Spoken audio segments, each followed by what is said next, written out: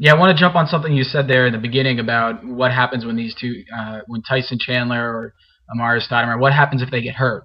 And for a reporter who's covering this team, how do you cover that unknown, that possibility that they could get hurt? Because there's so much excitement around this team right now, and the last thing you want to do is to just make everyone so upset and Debbie Downer and just say, hey, listen, there's a really strong possibility that this might not work out. Like how do you balance those two things?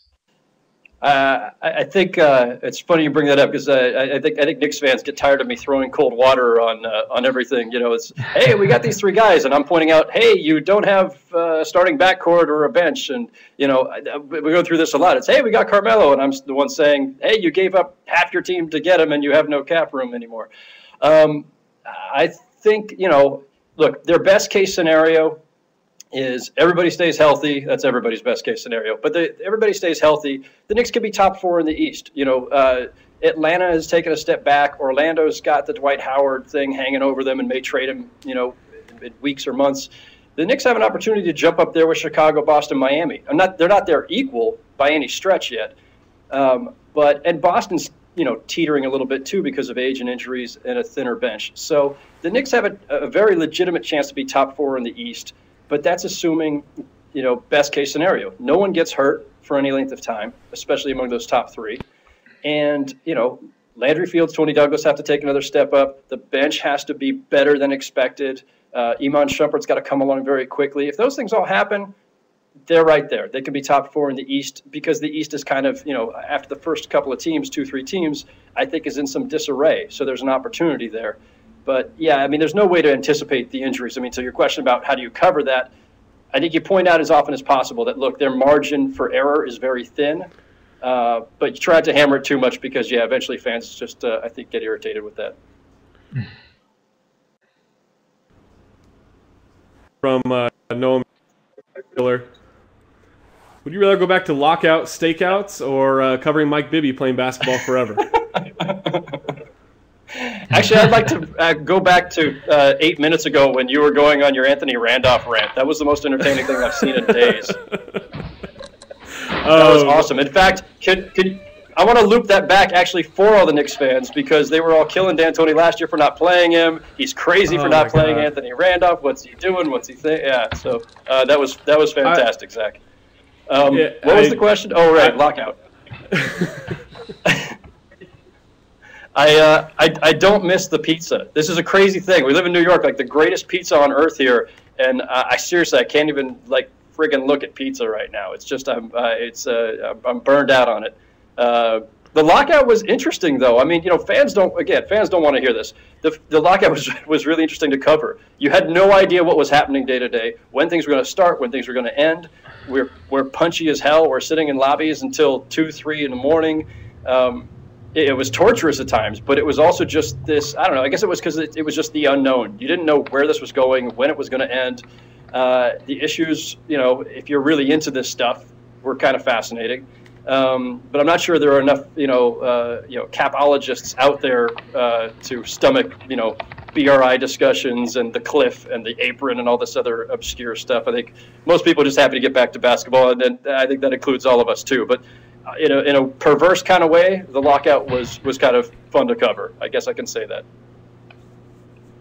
I'm just going to pretend that was a direct shot at Mike Bibby and that you don't want to watch him play basketball, and I fully support that because nobody should have to watch Mike Bibby. That part of the question. Talking about the Knicks being a top 4 team and where they're can they contend with the big guys? Everyone just assumes that Chicago is really good and Miami is the team to beat. But Chicago made a really interesting pickup in grabbing Richard Hamilton, who we all assume is just, his knees are dead. He can't play anymore. He doesn't have it. He's too slow. What do you think that does for him? Does it open them up? Can they work him into their system? Or is it just kind of they picked up a name and, hopefully he hits a couple of shots for him?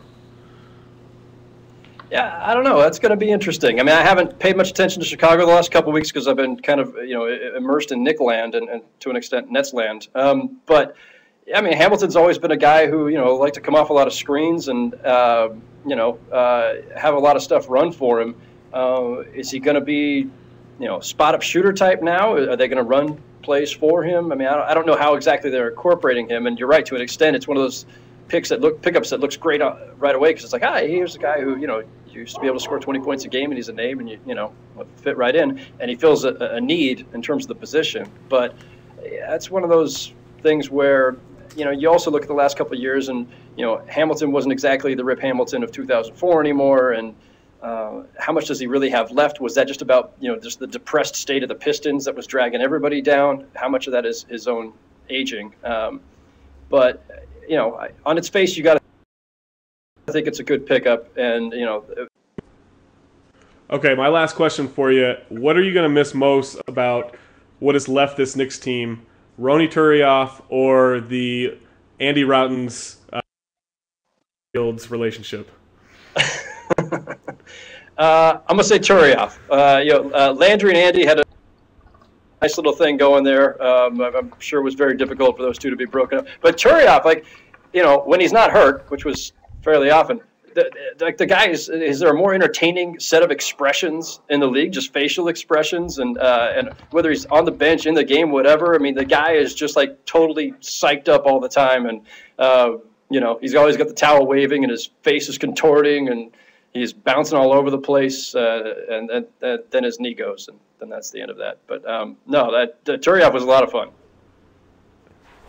All right, Howard, thank you so much. We lost Beckley. I think he just he couldn't handle any more Mike Bibby talk, but we appreciate you coming on. Check him out on Howard Beck NYT on Twitter, and just a great source of basketball knowledge and information. Thanks, guys. Appreciate it. The beard is going. I swear to God, it's going.